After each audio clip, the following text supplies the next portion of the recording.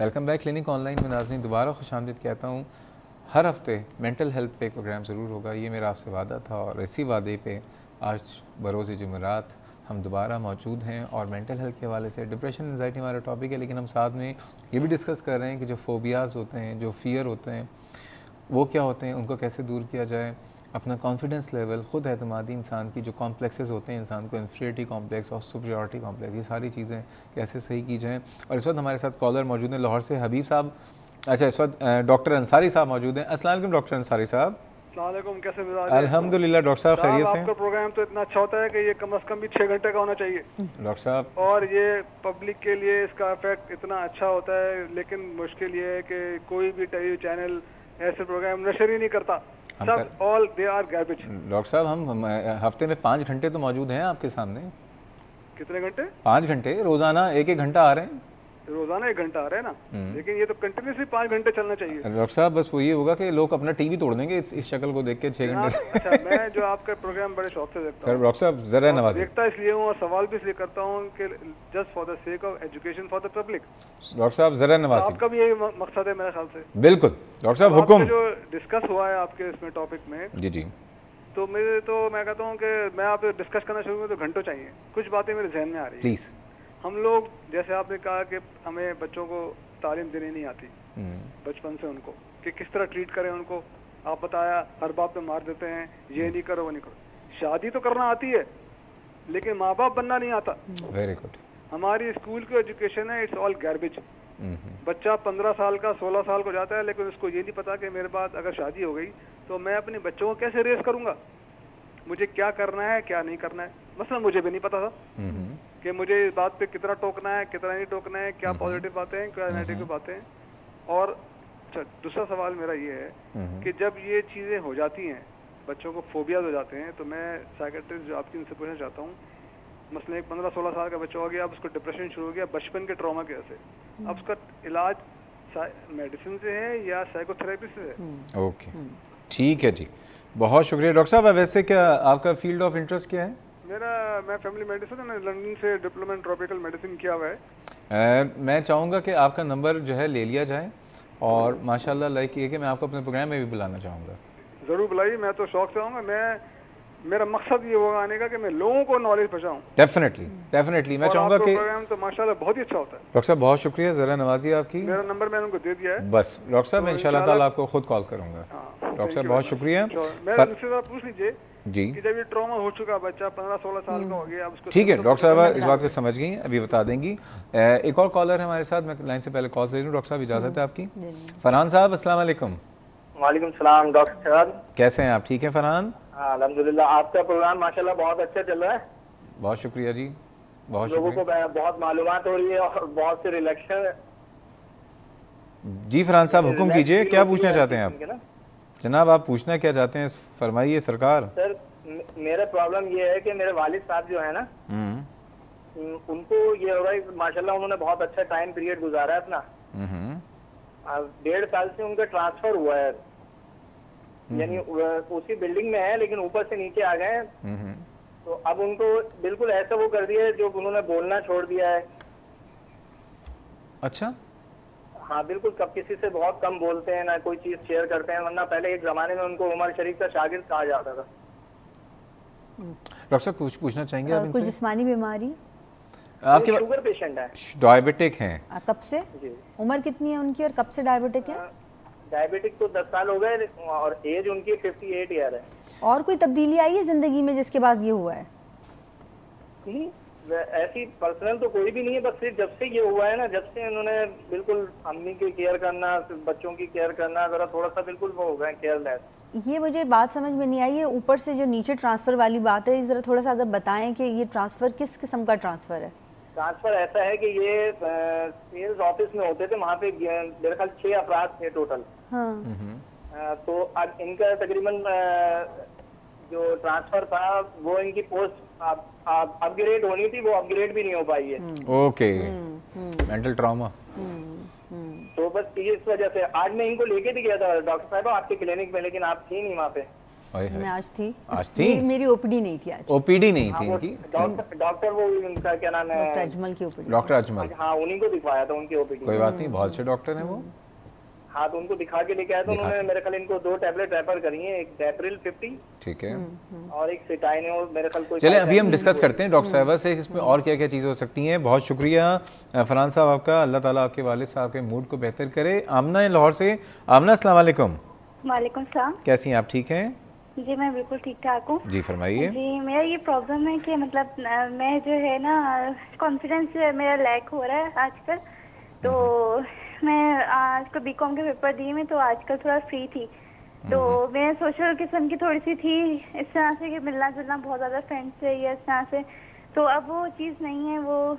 तो उसकी वजह से ना मैं ना दिल चाहता मैं रोऊं घर में, और बहुत डिप्रेशन होती है मुझे, जैसे लगता है मुझे कोई पूछने वाला नहीं है। और इस तरह से।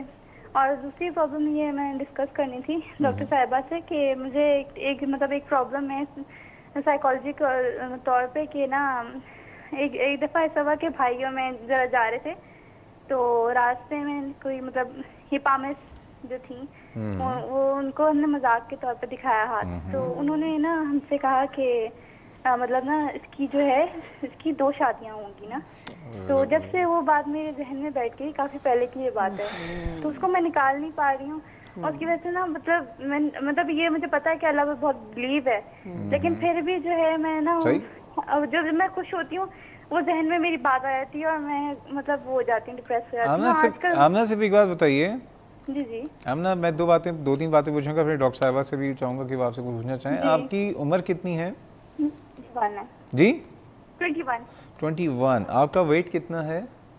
मेरा है 58 और हाइट है। इसके अलावा आपको कोई फिजिकल प्रॉब्लम तो नहीं है कि आप सुस्ती रहती हो, नींद ज्यादा आती हो? नहीं ऐसी कोई प्रॉब्लम नहीं है। मैं मतलब काफी मतलब चुस्त किस्म की। नींद कैसी है आपकी? नींद भी बिल्कुल सही है, ये नहीं कि ज्यादा आती हो या इस तरह का।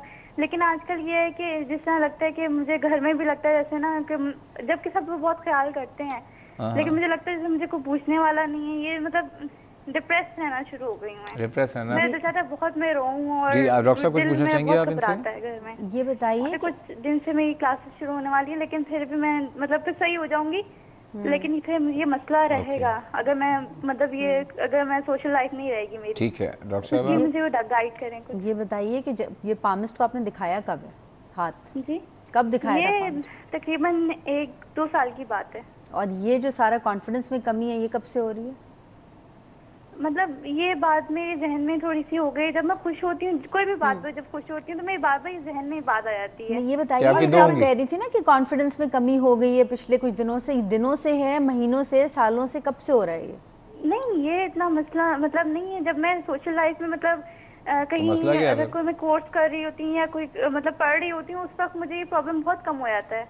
और जब आप बिजी होती हैं, फारिग हैं, खाली ज़हन शैतान का कारखाना है।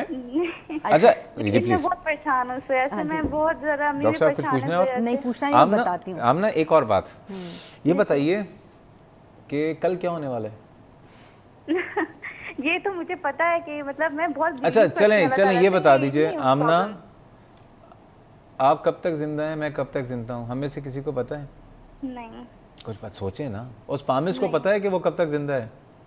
नहीं, किसी को नहीं पता। एक बात याद रख लेना मेरी बहन, सही है हम डॉक्टर हैं, डॉक्टर साहिबा जवाब भी देंगी। इस दुनिया में तमाम लोग सुन लें, गैब का हाल सिर्फ और सिर्फ अल्लाह ताला के हाथ में है। ये दुनिया के जितने, बहुत शुक्रिया, मैं तमाम मीडिया से कहूँगा, ये जितने ये नजूमियों को, पामिस्ट को और इस सब को बिठाया हुआ है, न्यूमरोलॉजिस्ट को, खुदा के वास्ते हम अल्लाह ताला के अजाब को दावत देते हैं। ये अल्लाह ताला, क्यों डॉक्टर साहब? बिल्कुल सही कह रहे हैं आप, बिल्कुल सही कह रहे हैं आप।